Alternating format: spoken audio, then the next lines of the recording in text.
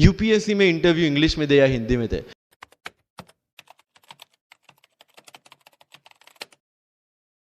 मैंने जब यूपीएससी के बेस पे जीपीएससी का एग्जाम दिया, Gujarat public service commission class 1,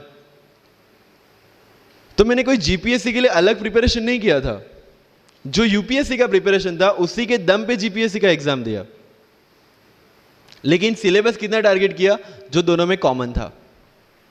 उस कॉमन सिलेबस के बेस पे मैं गुजरात में ऑल गुजरात रैंक 34 ला पाया।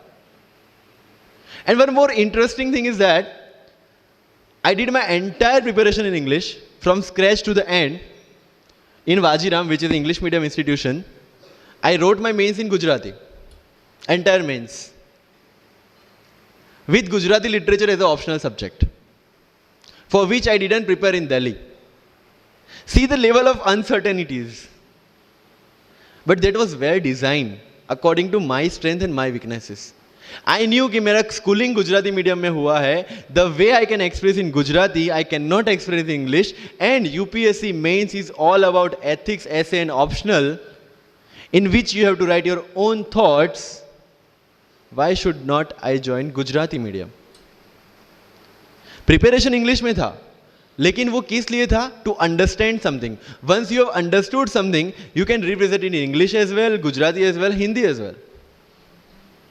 सो मीडियम का तो कोई क्वेश्चन यूपीएससी में कहीं पे भी नहीं आता है, believe me. If you have understood the things well, you can represent in any language.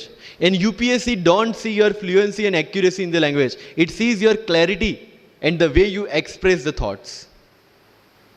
So never ever be confused about your medium of exam. Choose the medium जहाँ पे आपको लगता है कि आप अपना 100% दे सकता है. और अगर फिर भी confusion है, take a essay topic, write down one essay in Marathi or Hindi or whichever language you are confused with, and write the same topic in English.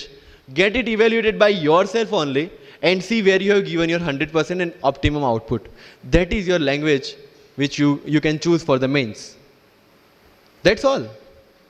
UPSC में इंटरव्यू इंग्लिश में थे या हिंदी में थे, जिस लैंग्वेज में आप अच्छे से क्लैरिफाई कर सकते उसी लैंग्वेज में देना है.